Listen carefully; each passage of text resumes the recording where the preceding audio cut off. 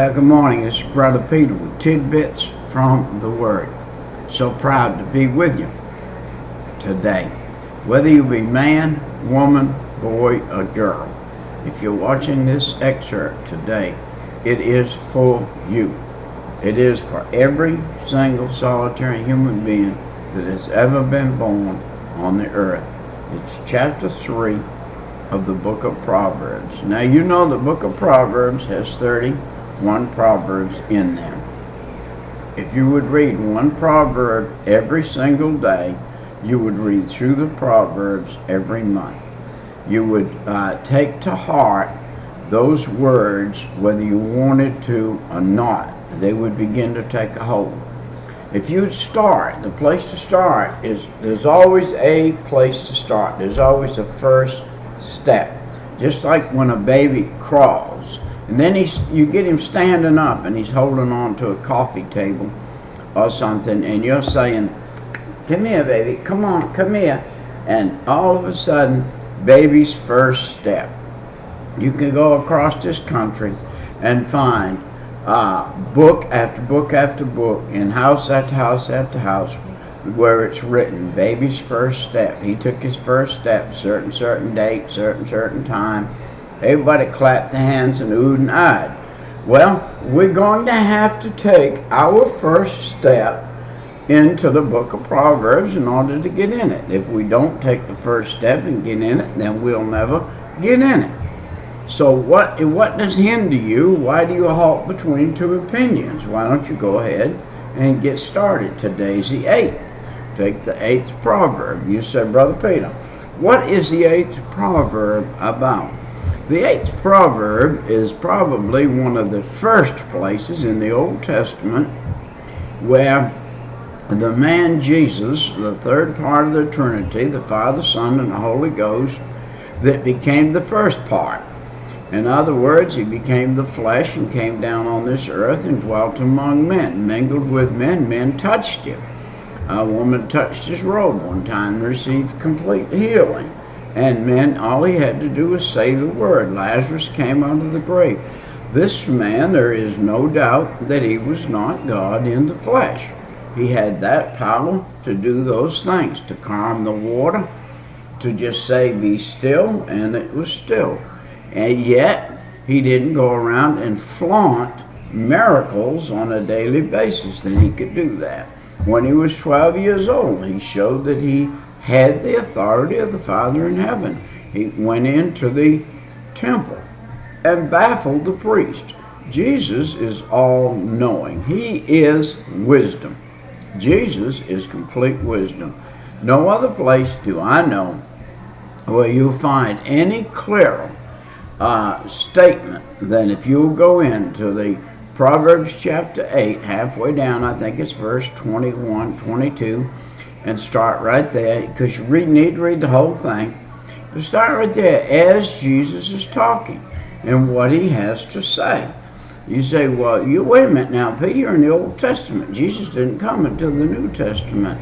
Oh, he appeared many times. He appeared many times. Who do you think that was in the fiery furnace with the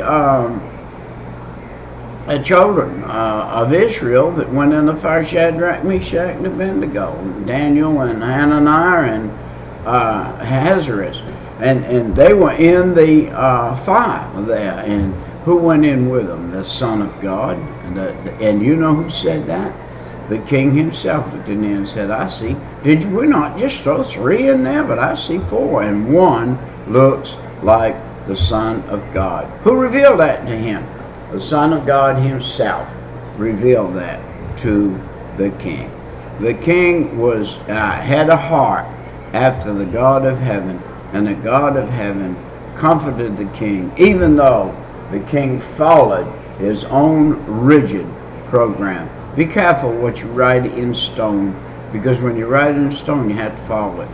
Be careful when you make a pledge, because when you make a pledge, you better keep it. And you better keep it firm.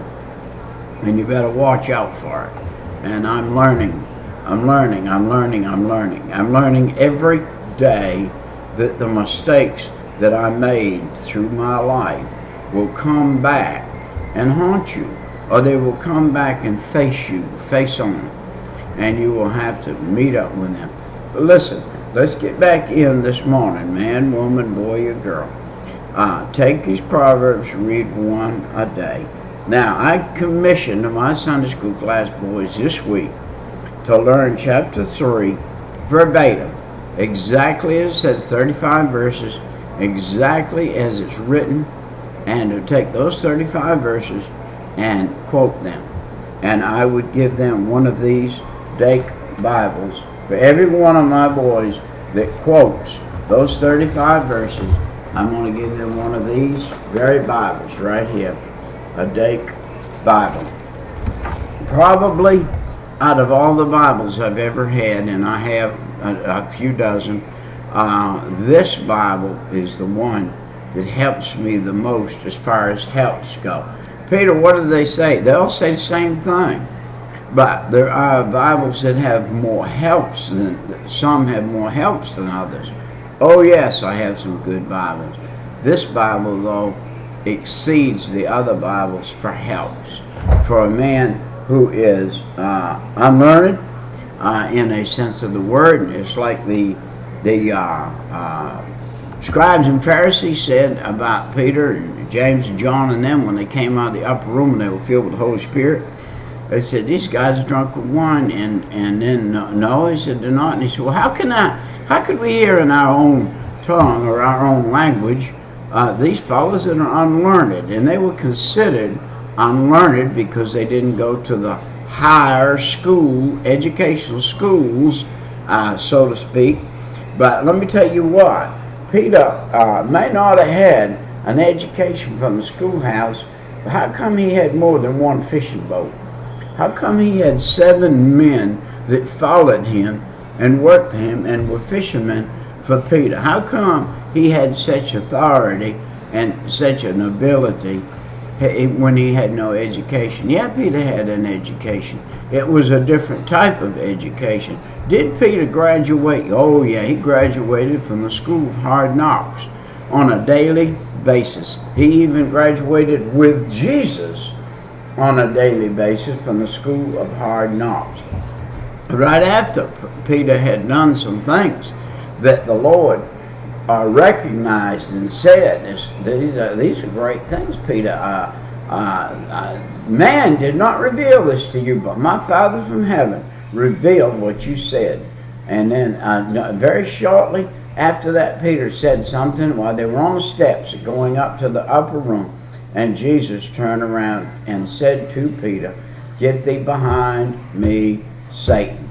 Now here's a man, Peter, he's in the flesh, and he's walking up the step behind Jesus, and the devil comes along and uses him for a second. Now the Bible said the devil is out roaming to and fro in the earth to see who he could use. And if you allow him to, he'll use you in a split second. What will come out of your mouth will be put on you from the outside of the devil. You say, why from the outside, Brother Peter? Because if you've asked Jesus to forgive you of your sin, come in your heart and save your soul, the devil's not in you anymore. The only way the devil can use you is oppress you. And if he oppresses you, then he can take your mouth for a second and things will fly that shouldn't. Now, cursing is not in my heart. The things that the devil used to have in my heart, God took from my heart. I was created a new creature in 1972, November 5th, 3 o'clock in the morning, and God took cursing out of my heart. If I cursed now, it would have to be from the outside pressing on me, because my heart is a heart after God. My heart's a clean heart. My heart's desire is to serve God minute by minute, second by second, day by day, for the rest of this physical life. That is my heart's desire. The same as David's was. David had many sins in the flesh accounted to him from the outside, where the devil came and oppressed this poor man from the outside. but his